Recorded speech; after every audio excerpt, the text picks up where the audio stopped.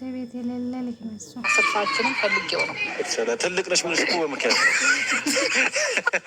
አንቺ አላምናልሽም እንጂ እኔ ትልቅ ነሽ አልኩሽ በምክንያት። ምክንያቱም ይሄን አስተሳሰብ የሚያስብ ሰው ያው የለም እና ምን ሰርፕራይዝ ምናምን የለም ነው ለመሰብሰብ ነው የመጣሽው። እኔ ናፈቃችሁኝ ምን አልችልም እኮ ናፈቃችሁኝ እና አሁን ከተነፋፈቅን አይቀር ለምን እየተገባበዘን አናሳልፈውም? እንደዚህ አሁን ቆመን ከሚሆን እኛ ከሆነ ለሰርፕራይዝ መስሎን ነው የመጣነው። ለዚህ ከሆነ ሻይ ቡና እያልን ሂድ እንደው ሀሳብ ይቀይራል። አትመናት እየቀለደች ሊሆን ይችላል። እና እኔ ሩታ ብቻ ሰርፕራይዝ አደረጋታለች። አስጨነኳት እኮ ማለት ፋታ ሰጠኝ እንጂ እሺ በቃ አረጋጋኝ ልተንፍስ ማለት መናገርም ስላገኘሁሽ እኮ ለዛ ነው። እውነት ነው እሱማ ልክ ነህ። ግን እኔ እንኳን ባለፈው አግኝቻታለሁ። ቁልልጭ እኔ ጋርም እኮ እንገናኝ ነበር። ያው የኑሮ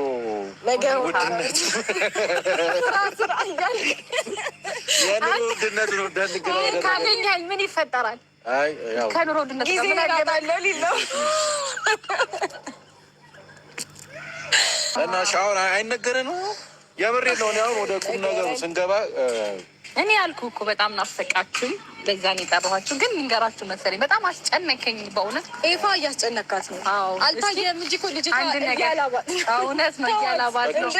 በዛ ላይ እኔ የእሷ ውበት በራሱ በቃ ቤተሰቦች እንዴት አያቸው።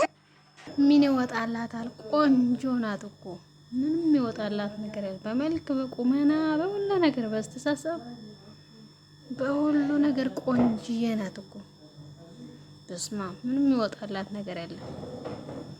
ፍልቅልቅ የሆነች አስተዋይ የሆነች ሙር የሆነች ልጅ ናት እኮ ሩታዬ። በስማ ልዩ ናት እሷ።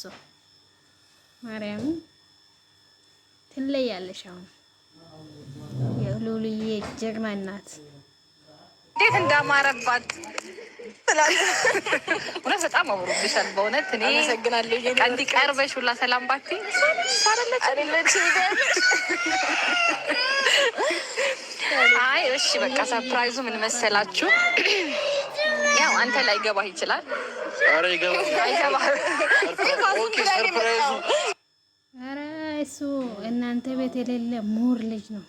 በአስተሳሰብ በአነጋገር አሪቆ የሚያስብ በጣም ጀግና ወንድም ነው። በስማ ትንሽ ሆኖ ትልቅ ነው የሚያስበው። ትልቅ ልጅ ነው እሱ። እግዚአብሔር አምላክ ያሰበው ይስጠው። እንደሱ እናንተ ቤት ሙር ልጅ አለ እንዴ? በስማ እሱን የምታገባ ልጅማ የታደለች ልጅ ናት፣ የተመረቀች። በስማ እንደሱ አይነት በቃ ሙር ልጅ የለም። አስተዋይ ለእውነት የሚቆም ጀግና ወንድም ነው ያለሽ። ማርያምን በጣም ደስ የሚል ልጅ። ሩታ ግን ቶሎ የሚገባት ይመስለኛል ሰርፕራይዙ። ኤፋ ግን ይገባል? አይገባም? ይገባኛል ብሏል። እሺ ሲጀመር እሱ አስተዋይ ነው። ይገባዋል በአንድ አይደል? ተረረም እና ጭብጭብ አንድ ለሰርፕራይዝ። አዎ አጨብጭቡ። ይሄ ሰርፕራይዝማ በቀላሉ አይነገርም። ከኛ እኩል እያጨበጨበች ነው እንጂ ኧረ ንገሪና እንዴ! ሌላ ነገር ነው። ከኛ እኩል ጭብጨባ ፈራው። ለምን? እሺ በቃ ይኸው ምን ቢሆን ነው? ሌው ከፍቼ ደብዳቤ ነው። በደብዳቤ መልክ ነው። በደብዳቤ መልክ ነው ሰርፕራይዙ። የኔ ቆንጆ እህት ልክፈተው። ክፈችው። 1 2 3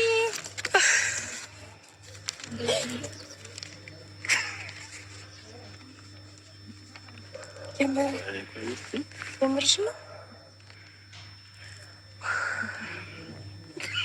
ሄሎ እግዚአብሔርን በይ። እግዚአብሔርን የምርሽ ነው? በቃ ጨነቀኝ። እኔ እራሱ ወለዳሉ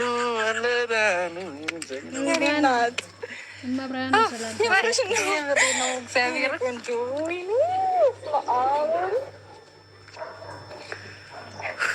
ምርጥ ያራዳ ልጆች ይታያል አይደል? ናት ይፋቸውም እንደ ያዥ በጣም ደስ ነው። አንዴ እንጠቃቀም። የምር ደስ ነው። የምር አላበኝ እናንተ ብዬሽ ተረገሙ። አታልቅሽ የኔ እናት አታልቅሽ።